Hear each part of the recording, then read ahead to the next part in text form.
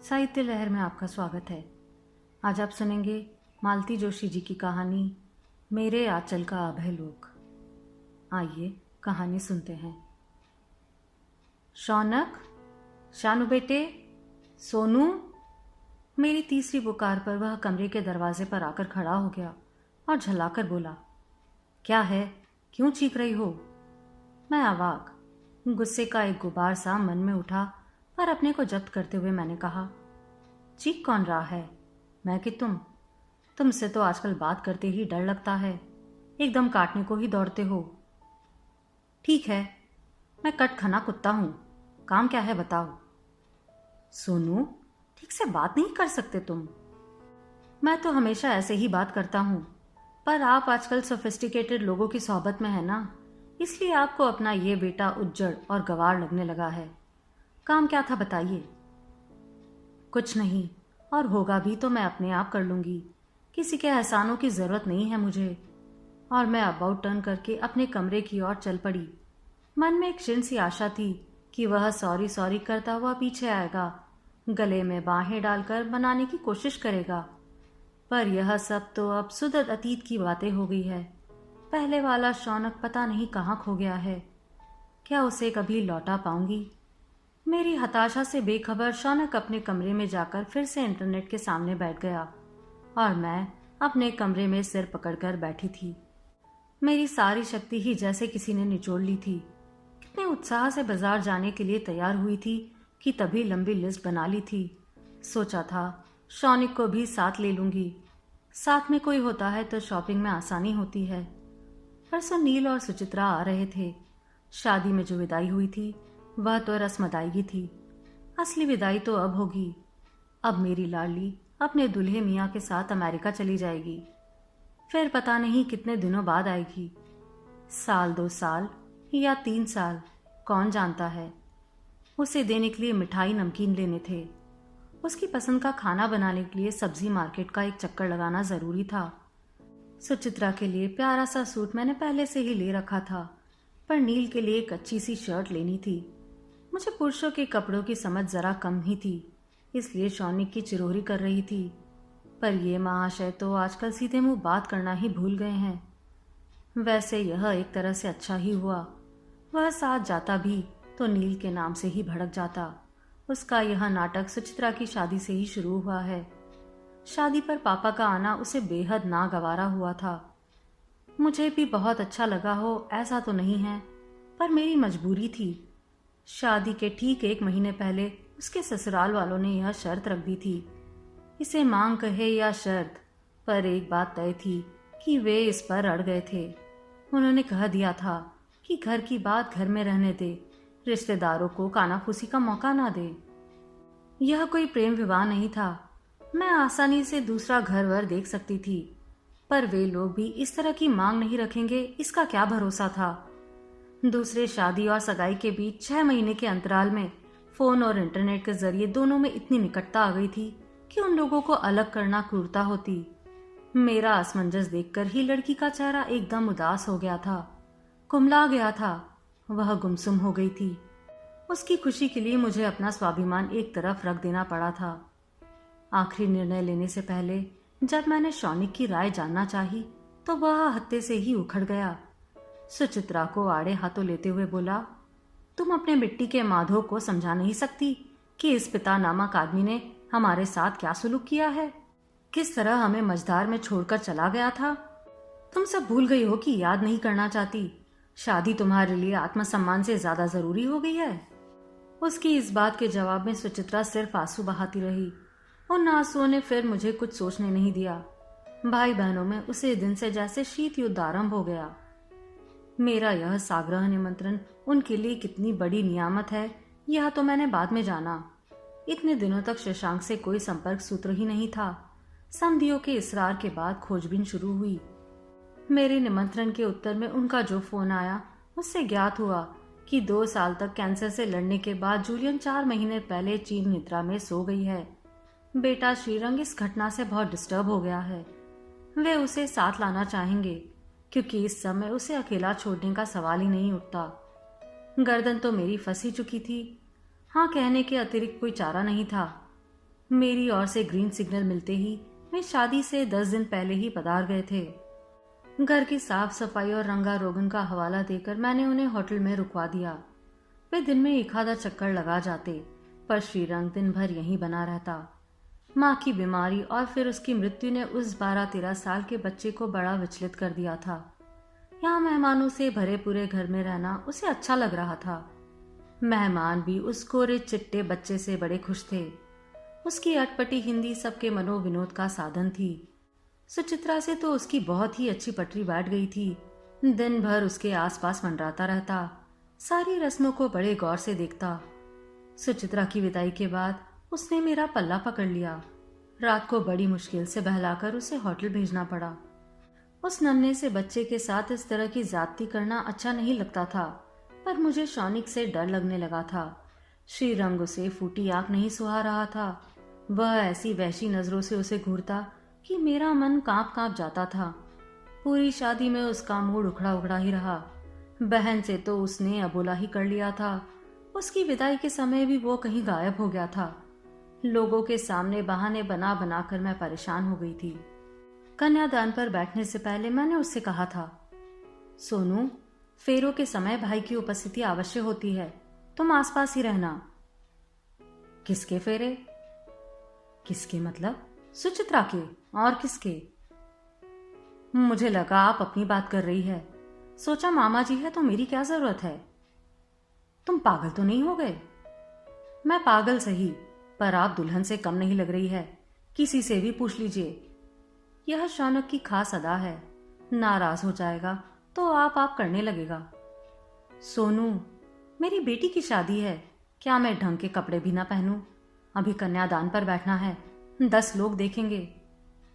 पहले अपने रिश्ते को वैधानिक तो कर लीजिए, फिर कन्यादान कीजिएगा। सोनू प्लीज, इस समय उल्टी सीधी बात मत करो।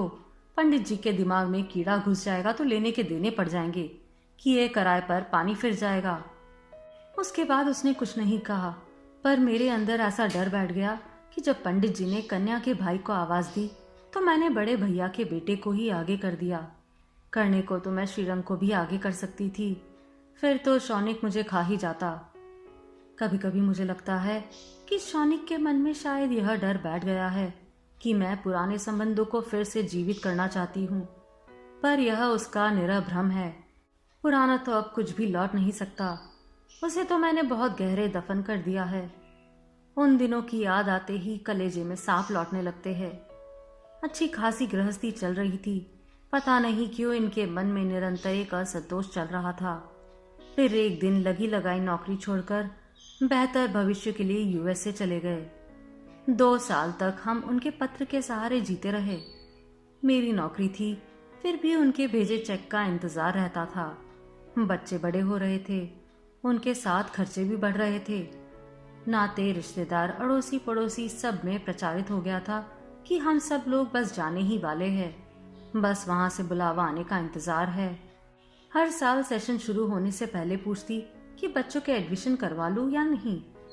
वे कहते अभी तो करवा लो, बाद में टीसी वगैरह निकलवा लेंगे। 2.5 साल उसी हुआ पो में निकल गए। फिर एक दिन वज्रपात सा उनका लंबा पत्र आया।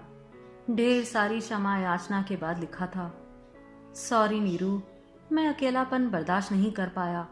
तुम्हारे पास तो फिर भी बच्चे थे, पर इस अनजान मुल्क में मैं बिल्कुल अकेला पड़ गया था, इसलिए मोहजाल में फंस गया।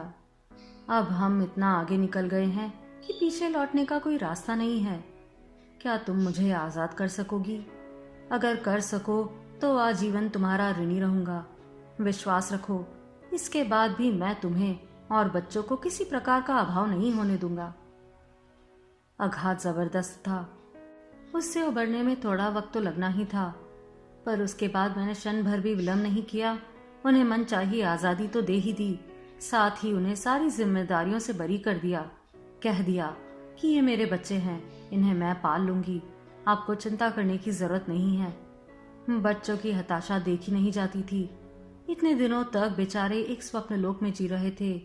उनके सपनों का महल एकदम भरभरा कर गिर गया तो वे हक्का बक्का रह गए। बेचारे छोटे ही तो थे। शौनिक 11 का था और सुचित्रा 13 की।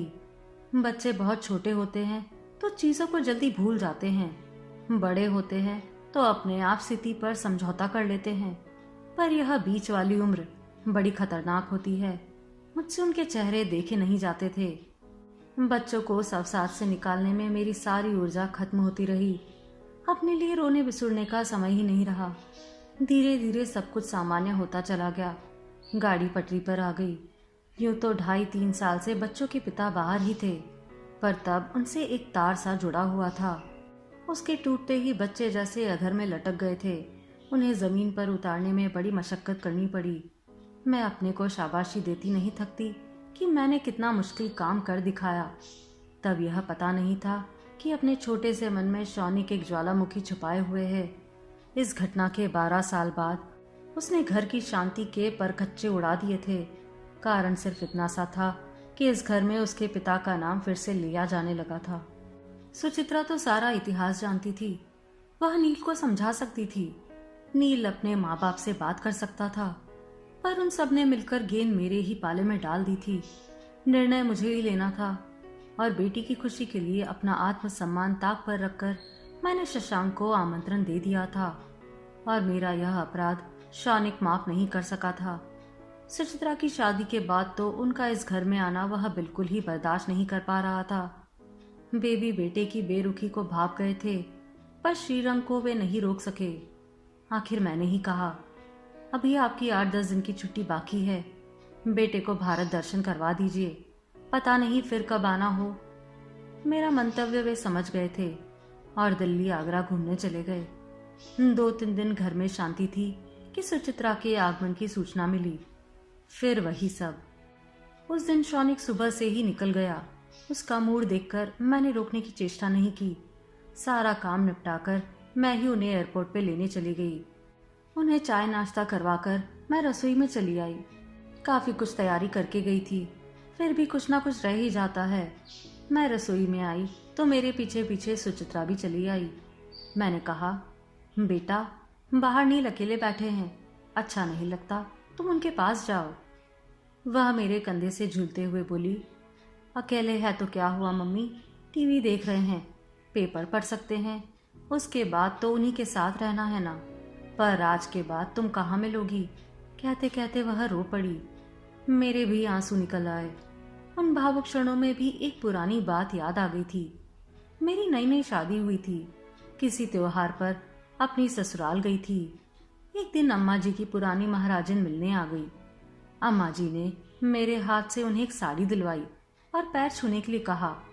महाराजिन ने 10 रुपए का एक मुड़ा तोड़ा नोट मेरी मुंह दिखाई के लिए दिया और मेरे रंग रूप की बुरी बुरी प्रशंसा की।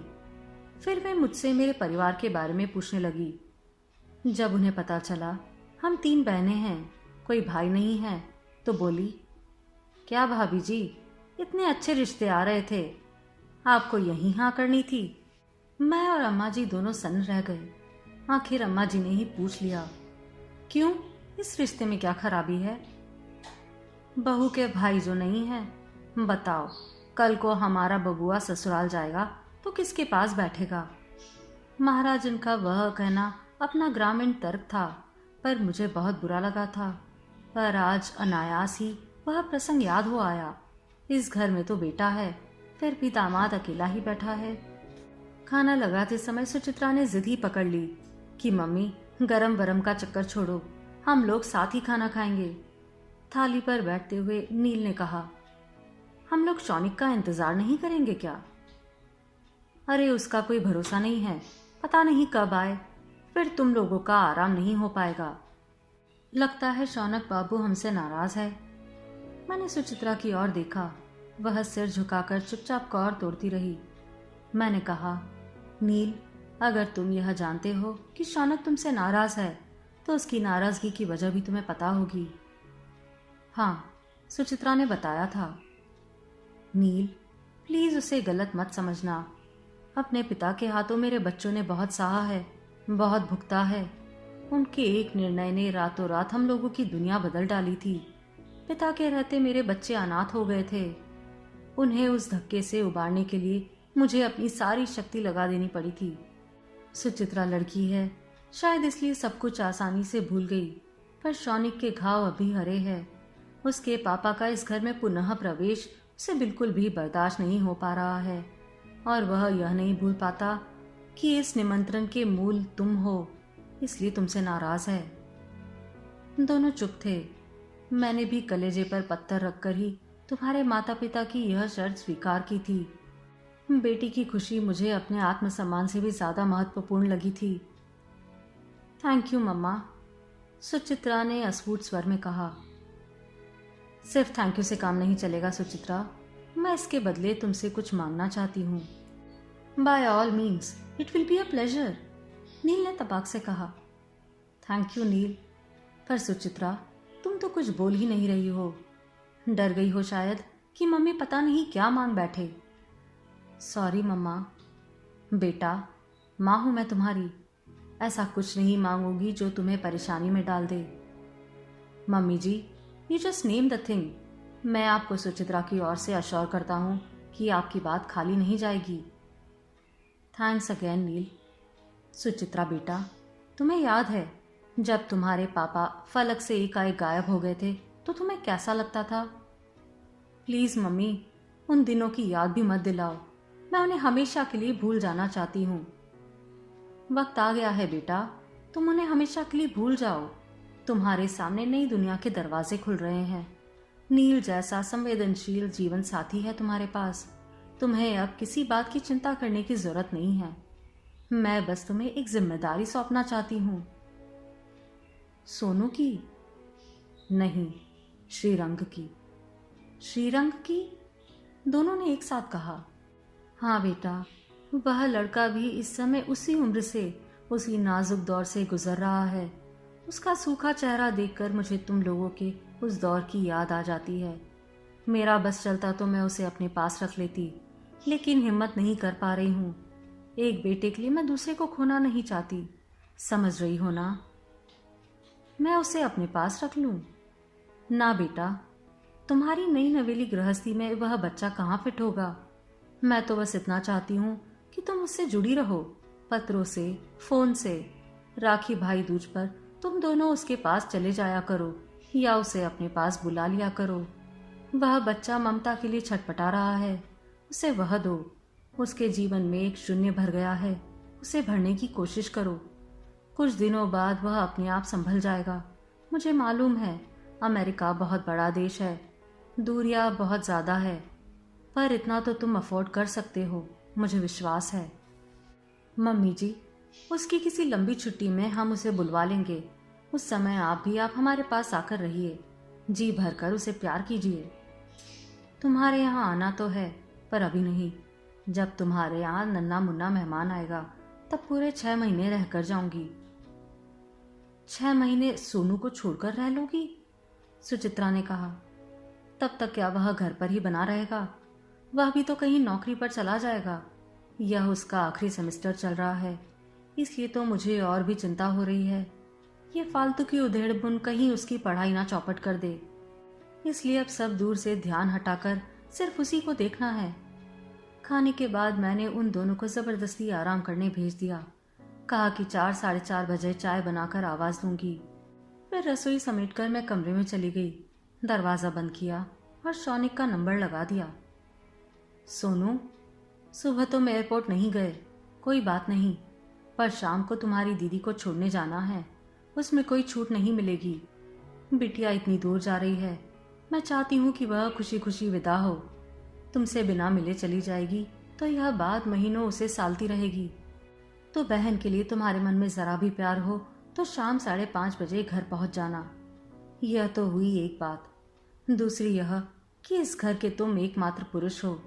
मेहमानों को विदा करने की जिम्मेदारी तुम्हारी है। वो एक और महापुरुष है तो तुम जानते हो कि वे यहाँ नहीं हैं। होते भी तो ये काम उन्हें नहीं करने देती, क्योंकि वे इस घर के सदस्य नहीं हैं। उनसे जो काम मैंने करवाना था वह हो गया, उससे ज़्यादा उनकी कोई अहमियत नहीं है। 5 बजे हम लोग एकदम तैयार थे। मैंने बेटी की गोद भरी, दामाद का तिलक किया। उस क्षण दोनों ही भावुक हो गए। नील ने कहा, मम्मी जी, आप क्यों परेशान हो रही है? हम लोग चले जाएंगे, इतनी दूर से आप अकेली लौटेंगी तो क्या हुआ? भरे पूरे घर से लड़की जा रही है, क्या कोई एयरपोर्ट तक छोड़ने नहीं आ सकता? प्लीज़ मम्मी, तुम रहने दो। तुम वहाँ रहोगी तो चलते समय मुझे रोना आ जाएगा। वाह, रोना क्यों आ जाएगा? छोटी नहीं हो तुम अब, अपने को कंट्रोल करना सीखो। कहते कहते मेरी ही आवाज़ भर्रा गई। उसी समय दरवाजे पर बाइक रुकी। कुछ ही पलों में वह सामने खड़ा था। बड़ी हुई दाढ़ी, बिखरे हुए बाल, अस्त व्यस्त कपड़े। आप लोग तैयार हैं? मैं टैक्सी ले आऊं? उसने सपाट स्वर में पूछा। टैक्सी मैंने बुलवा ली है, 15-20 मिनट में आ जाएगी। तब तक तुम अपना हुलिया सुधार लो। उसने मुंह बिचकाकर अपने आप को देखा और कहा, इसमें खराबी क्या है?